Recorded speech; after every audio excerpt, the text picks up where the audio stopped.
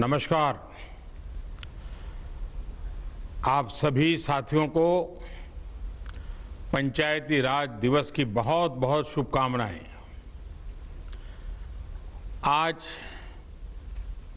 जिन जिन पंचों को और पंचायतों को सम्मानित किया गया है उनको भी मेरी तरफ से बहुत बहुत बधाई। और देश भर की पंचायतों से मेरा आग्रह है कि आप वेबसाइट पर जाकर के जिनका सम्मान हुआ है, जिनको अवार्ड मिला है, उसकी जानकारी जरूर प्राप्त करें। किस बात को लेकर के उनको ये सिद्धि मिली है, उनका गौरवगान करें। साथियों, ये कोरोना वैश्विक महामारी ने वाकई हम सभी के काम करने के तरीके को बहुत बदल दिया है। पहले हम लोग किसी कार्यक्रम में रूबरू मिलते थे, आमने सामने मिलते थे, बातें करते थे, लेकिन आज वही कार्यक्रम वीडियो कॉन्फ्रेंस के माध्यम से करना पड़ रहा है। इस वक्त देश भर के लाखों सरपंच और पंचायत सदस्य टेक्नोलॉजी के माध्यम से जुड़े हुए हैं। मैं आप सबका स्वागत करता हूं, आप सबको बहुत बहुत अभिनंदन करता हूं। आज अनेक पंचायतों को अच्छे कार्यों के लिए पुरस्कार भी मिले हैं। पुरस्कार विजेता सभी पंचायतों को, जनप्रतिनिधियों को भी अनेक अनेक शुभकामनाएं और बहुत बहुत बधाई, और उस गांव वालों को भी बधाई।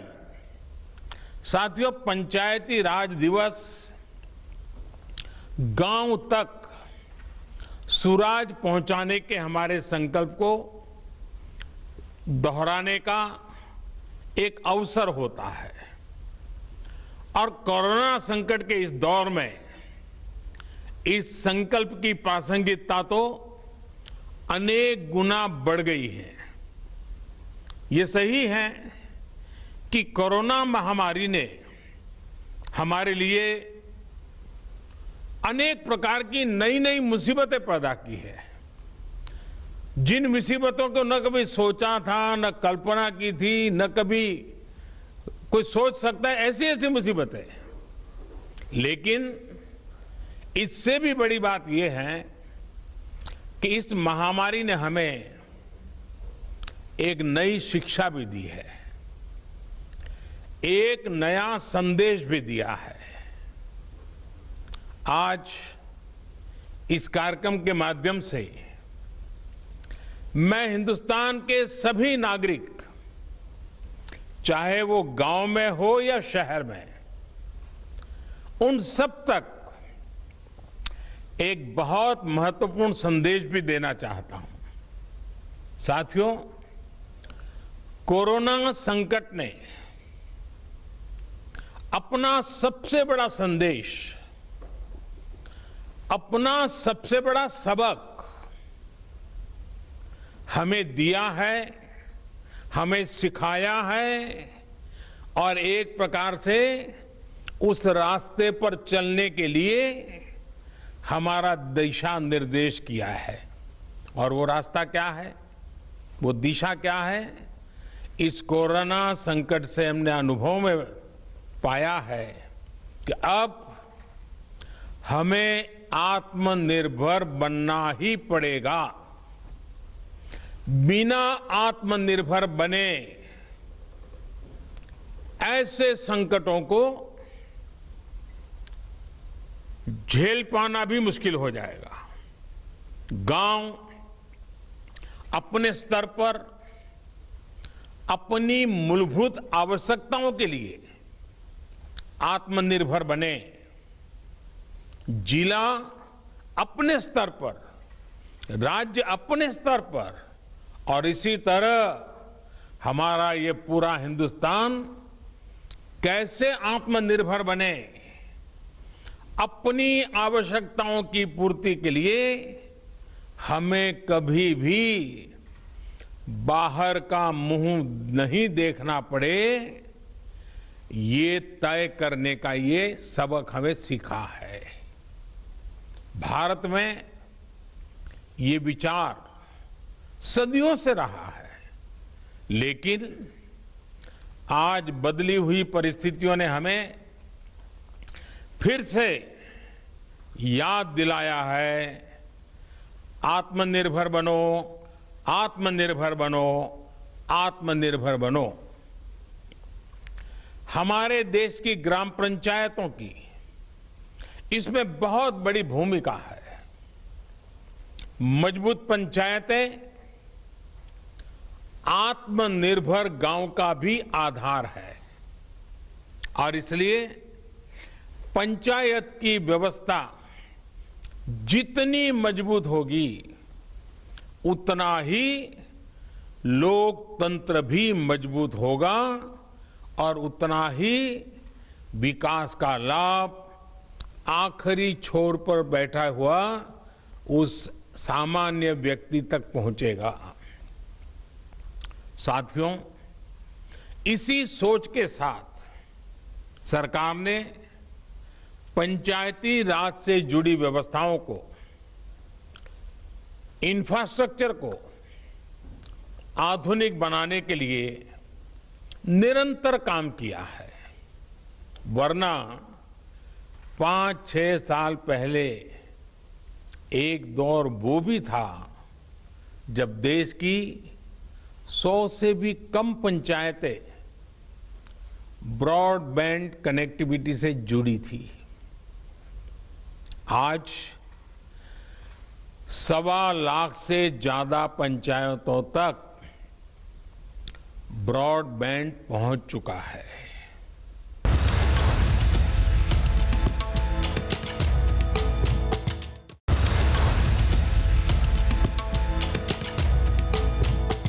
गांवों में कॉमन सर्विस सेंटरों की संख्या भी 3 लाख को पार कर रही है। सरकार ने भारत में ही मोबाइल बनाने का जो अभियान चलाया हुआ है, उसी का नतीजा है कि आज गांव-गांव तक कम कीमत वाले स्मार्टफोन पहुंच चुके हैं। ये जो आज इतने बड़े पैमाने पर वीडियो कॉन्फ्रेंस हो रही है, लाखों लोग जुड़े हैं, इसमें इन सारी बातों का बहुत बड़ा योगदान है। साथियों, गांव के इंफ्रास्ट्रक्चर को मजबूत करने के लिए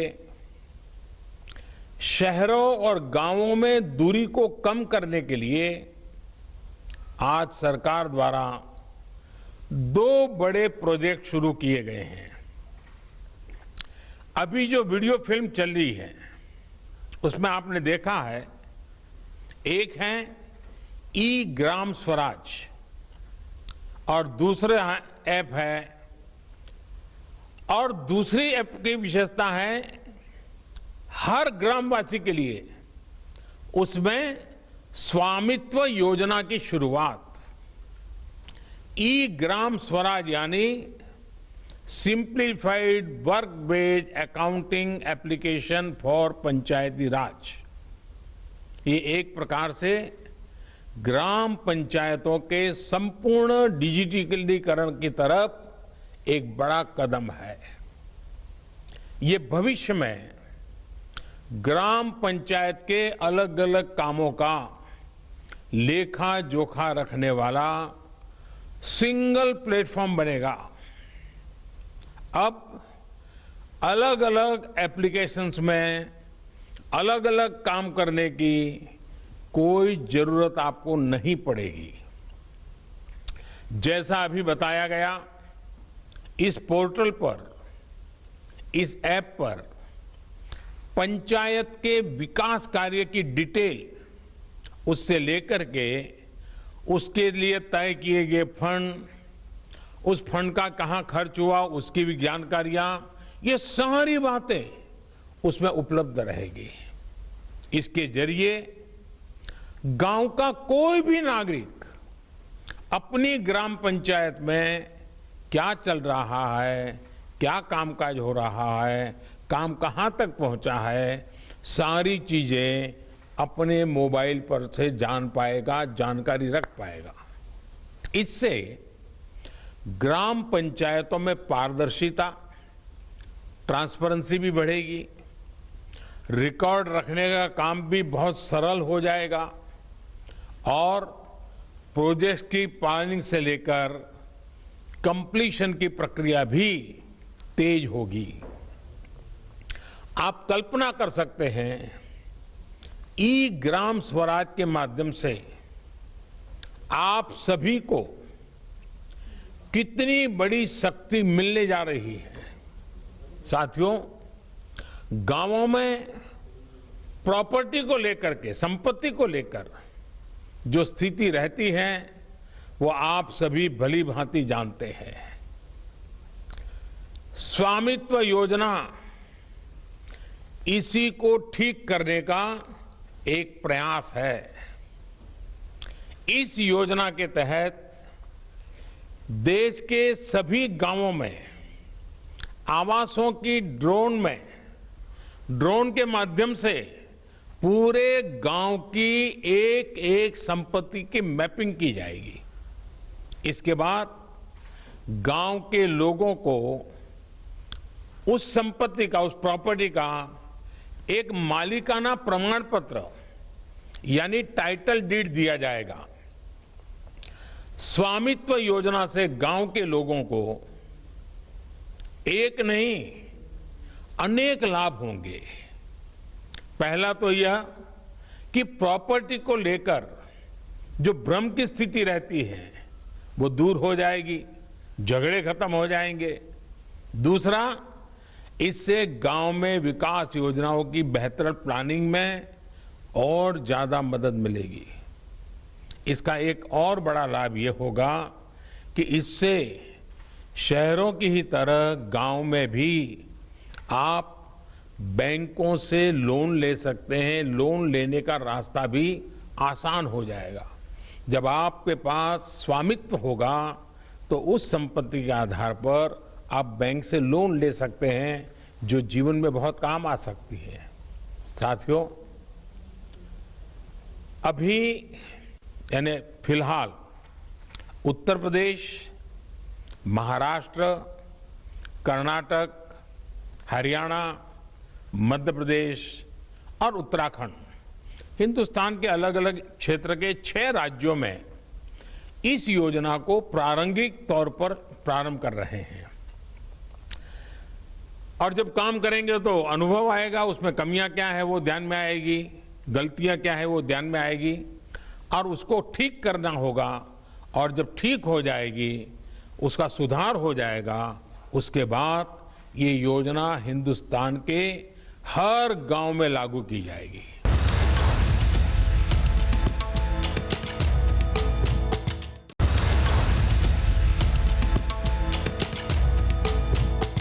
साथियों, कभी कभी मुझे लगता है कि जीवन की सच्ची शिक्षा की कसौटी, उसकी परीक्षा संकट के समय ही होती है। अगर आप प्रोटेक्टिव एनवायरनमेंट में हैं, चारों तरफ से संभले हुए हैं, कोई दिक्कत नहीं है, कोई कष्ट नहीं है, तो आप में सामर्थ्य है कि नहीं इसका पता ही नहीं चलता। बहुत देखरेख भरे माहौल में सच्ची शिक्षा का पता कभी नहीं चलता, सच्चे सामर्थ्य का भी पता नहीं चलता है। इस कोरोना संकट ने दिखा दिया है कि देश के गांव में रहने वाले लोग, भले ही उन्होंने बड़ी बड़ी और नामी यूनिवर्सिटी में शिक्षा न ली हो, लेकिन इस दौरान उन्होंने, मतलब आप सब ने अपने संस्कारों, अपनी परंपराओं की शिक्षा के अद्भुत दर्शन कराए हैं। गांवों से जो अपडेट आ रहा है, जो जानकारी आ रही है, वो बड़े बड़े विद्वानों के लिए भी प्रेरणा देने वाली बातें हैं। मेरे साथियों, ये काम आपने किया है, आपके गांव के प्रत्येक नागरिक ने किया है, माताओं बहनों ने किया है, मेरे आदिवासी भाई बहनों ने, खेत खलिहान में काम करने वालों ने, फसल कटाई और बुआई में जुटे साथियों ने देश को प्रेरणा देने वाला अद्भुत काम आपने किया है। और इसलिए मैं हिंदुस्तान के हर गांव को, हर गांव वासियों को प्रणाम करता हूं।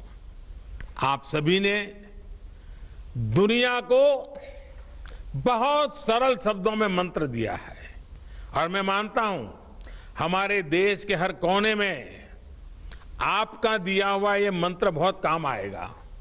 आपने बड़े सिंपल शब्दों में ने कह दिया, न सोशल डिस्टेंसिंग का शब्द प्रयोग किया, न लॉकडाउन का शब्द का प्रयोग किया, बड़े बड़े शब्दों का प्रयोग नहीं किया। आपने सिंपल सा मैसेज दे दिया, 2 गज दूरी का, 2 गज दूरी का, या कहें 2 गज देह की दूरी का।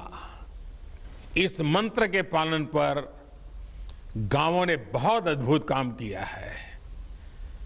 2 गज दूरी यानी सोशल डिस्टेंसिंग बनाकर रखने से आप कोरोना वायरस को भी खुद से दूर रख रहे हैं, किसी संभावित संक्रमण से खुद को बचा रहे हैं। और ये आपके ही प्रयास है कि आज दुनिया में चर्चा हो रही है कि कोरोना को भारत ने किस तरह जवाब दिया है।